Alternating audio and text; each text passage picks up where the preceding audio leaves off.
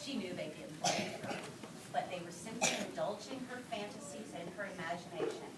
That's okay, she thought to herself. I will discover what's going on and they will be astounded. I just know it. She jumped out of bed and got dressed and ready to start today's new adventure.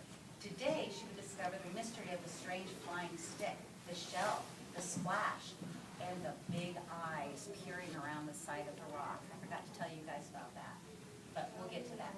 Okay, good. Sammie Jo ran down the stairs to greet her parents and eat breakfast before starting out to complete her quest for the day. Good morning, Mom, Dad. What's for breakfast? You sure are bright-eyed today, explained her dad. Got big plans for the day? I sure do.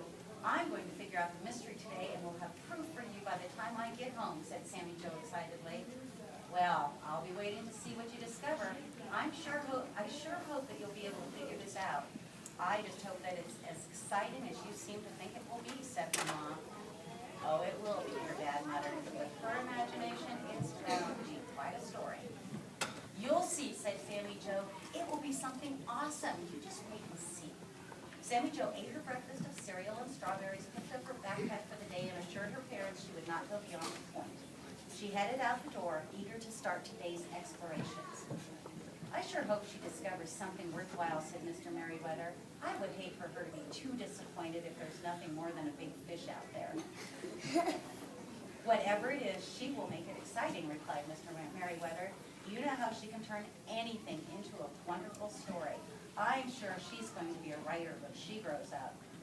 They both laughed, remembering some of Sammie Jo's previous adventures and stories, and they went to their offices to begin their work for the day.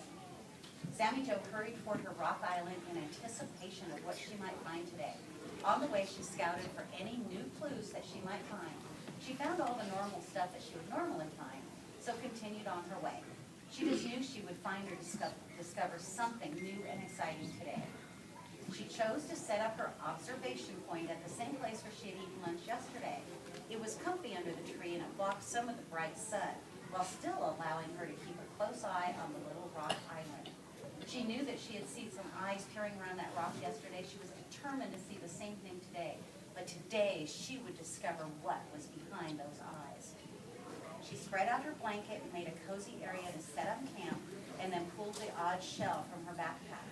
As soon as she touched it, she had the same sensation that she had had before. It did not feel like a shell at all. It felt alive. She knew this was strange, but that is what it felt like. Whatever could it be, she thought to herself. It's not a shell. It's not an animal, but it almost feels like it's breathing. Splash! Sammie Jo jumped off the blanket and looked toward the island, and again, nothing. She just knew something was there, and it was obviously curious about her as well. How could she glimpse it from behind the rock? She searched through her backpack to see what might work. I wonder if it would like an apple. She took an apple out of her backpack and walked down to the edge of the water line, tenderly setting it right at the edge of the water. After seeing nothing, she turned and walked back to her blanket and lowered herself slowly to the ground. She glanced lazily at the place where she had set the apple, and it was gone. Oh my goodness! I only had my back turned for a minute, she exclaimed out loud. Maybe the water pulled it away. But no, I made sure it was where the water could reach it, Sammie Jo muttered to herself. What can I try next? I don't have any more apples. Let's see. She began to rummage through her backpack to see what she might find. She stored all sorts of treasures in there because you just never know when something might come in handy. Aha, she shouted. A ball. Hold on, let me get a ball. A ball. Maybe it would like to play ball, she laughed. She took the ball anyway and walked to the water's edge again, tossing the ball up and down in her hand as she went. She tried to look really bored, so that whatever was watching her wouldn't get spooked again. She just stood there tossing the ball up and down, while she stared intently at the rock island. And sure enough, the eyes appeared, but only for a second. Yippee! Shouted Sammie Jo. There is something out there and it wants to know me too. I just know it. Want to play ball? Shouted Sammie. I have one right here. Just come out and I'll toss it to you. But nothing happened. She waited and waited and waited and waited.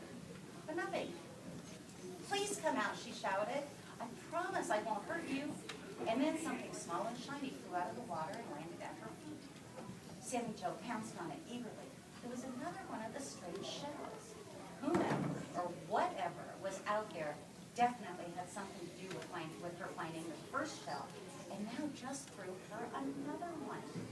This will prove it to my parents, she thought to herself. But how in the world was she going to convince it to come out?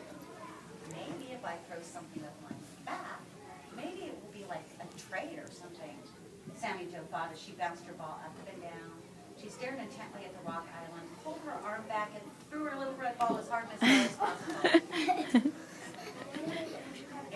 It landed just a little beyond the island. The wind was blowing toward the island, so it carried the ball further down than what it should have been, and bobbed up and down on the little waves, bobbing, bobbing, just like the apples you bob for the fall festivals they have at school.